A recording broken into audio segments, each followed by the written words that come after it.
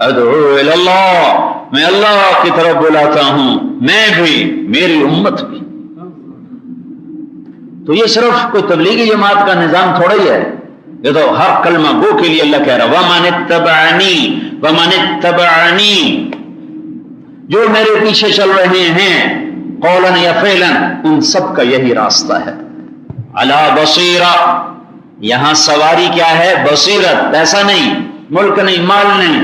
اپنے مدرسوں میں دیکھ لو، فقراء پڑھنے والے، فقراء پڑھانے والے، فاقہ مست پڑھنے پڑھانے والے، اسلامی تاریخ اٹھا کے دیکھو، فاقہ مستوں نے دین کی خدمت جو کی ہے مالداروں نے نہیں کی ہے۔ علی بصیرہ، یہ دعوت کا کام تم یہ نہ سمجھو کہ جیب میں پیسہ نہیں، چلہ کیسے لگے گا، سال کیسے لگے گا، تمہارے ذمہ قدم اٹھانا ہے، انتظام اللہ کرتا ہے، اس کے غیبی خزانے بھرے پڑے ہیں۔ علی بصیرہ، اس کا زیور، اس کا زاجرہ بصیرت ہے، بصیرت۔ ادعو الی اللہ، میں اللہ کی طرف بلاتا ہوں، انا من اتبعنی۔ وسبحان اللہ، وسبحان اللہ کا کیا مطلب؟ وما انا من المشرکین۔ پہلے میں نے آپ کو بتایا کہ دعوت کو یوں اٹھایا اللہ نے، یوں اٹھایا، اور عرشوں تک یہ ہے میرا راستہ۔ میں ڈاکٹر ہوں، کہتا جی میں چپڑاسی ہوں، لیکن فرق آ جاتا۔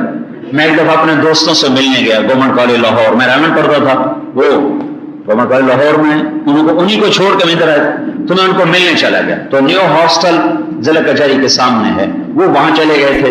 ایک ہمارا دوست ظہیر اس کا نام تھا، وہ میڈیکل کالج میں چلا گیا کنگ ایڈورڈ میں۔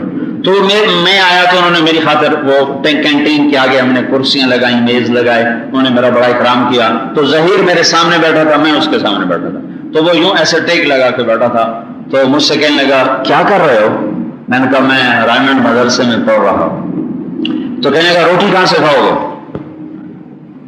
حالانکہ اس کو میرا پورا تعارف ہے کہ اللہ تعالیٰ نے مجھے اپنے فضل و احسان سے، اپنے فضل و احسان سے، اپنے عنایت و کرم سے مجھے ایک اچھے کھاتے پیتے گھرانے میں پیدا کیا ہے، لیکن مولوی کا لفظ ایک گالی تھی 70 کی دہائی میں۔ روٹی کہاں سے کھاؤ گے؟ تو میں نے کہا تو کہاں سے کھائے گا؟ تو ایسے بیٹھا تھا، یوں ہو کر کہنے لگا میں ڈاکٹر ہوں، ہذہ سبیلی، اب سمجھو میں ڈاکٹر ہوں۔ یہ اس کی میری آخری ملاقات تھی، اس کے بعد کبھی نہیں ملا، پتہ نہیں کدھر ہے، زندہ مر گیا۔ لیکن ڈاکٹر کیا ہے؟ پیشاب ٹیسٹ ہو رہا ہے، پخانہ ٹیسٹ ہو رہا ہے، ہم اس کو دیکھنا گوارا نہیں کرتے، وہ چاہتے میں بیٹھے ہوں گے۔ یہ ڈاکٹر صاحب ہیں، پخانہ ٹیسٹ ہو رہا۔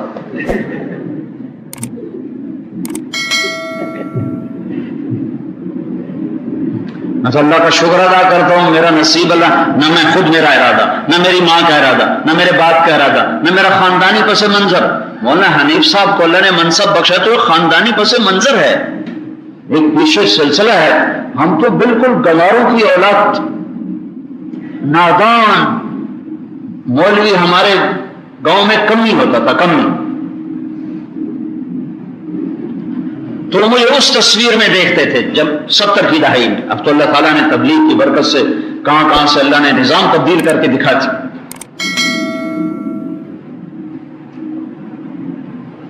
تو اللہ نے دعوت کو یہاں کھڑا کیا تو کہیں داعی متکبر نہ ہو جائے، کہیں داعی میں فخر نہ آ جائے، کہیں دعوت دینے والا عجب کا شکار نہ ہو جائے اور کر کے بھی برباد نہ ہو جائے۔ تو وہ سبحان اللہ، وہ سبحان اللہ، کیا مطلب کہ یا اللہ میں کہاں اور تیری دعوت اللہ کہاں، میں اس کا حق کہاں ادا کر سکتا ہوں؟ وہ سبحان اللہ، میں تیری دعوت کا حق ادا کر ہی نہیں سکتا۔ لو کان البحر مدادا لکلمات ربی لنفد البحر قبل ان تنفد کلمات ربی ولو جئنا بمثلہ مددا، میں تیری دعوت کا حق کہاں ادا کر سکتا ہوں؟ وسبحان اللہ، تو کہاں تک تو کر رہا ہے کہ وما انا من المشرکین۔ مولانا پاس نمبر کتنے ہیں وفاق میں؟ 40۔ جو 40 نمبر پہ پاس ہوتا ہے اس کو فیل ہونے کا تانا تو نہیں دے سکتے، لیکن کوئی پاس ہونے کا فخر بھی کوئی نہیں ہے جی۔ 33 نمبر والا چھپتا پھرتا ہوتا ہے کہ میں کیویں دسا میں پاس ہویا۔ جو 3rd ڈویژن میں پاس ہوتا ہے اس سے پوچھو نا کتنے کون سی ڈویژن ہے، بس یہ ہو گئے پاگل ہو گئے۔ جو 1st ڈویژن لیتا ہے کہتا میں 1st ڈویژن ہے، میرے 890 نمبر ہیں، اور جس نے 33 نمبر لیے ہیں اس میں فخر نہیں ہوتا ہے۔ وما انا من المشرکین اسلام میں 33 نمبر ہے کہ میں شرک نہیں کرتا، میرے اندر ہر عیب ہے سوائے ایک کے۔ ایک اور واقعہ سنو پھر جو میں کہنا چاہتا ہوں وہ شاید واضح ہو گئے۔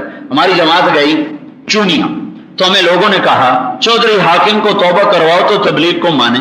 چودھری حاکم ایک زمیندار تھا، ڈاکو رکھے ہوئے، قاتل رکھے ہوئے، شراب کے اڈے، قبضے کرو، ہر عیب چودھری حاکم، ہر عیب کا مجموعہ چودھری حاکم۔ فوت ہو گئے اس لیے کھل کے بتا رہا ہوں۔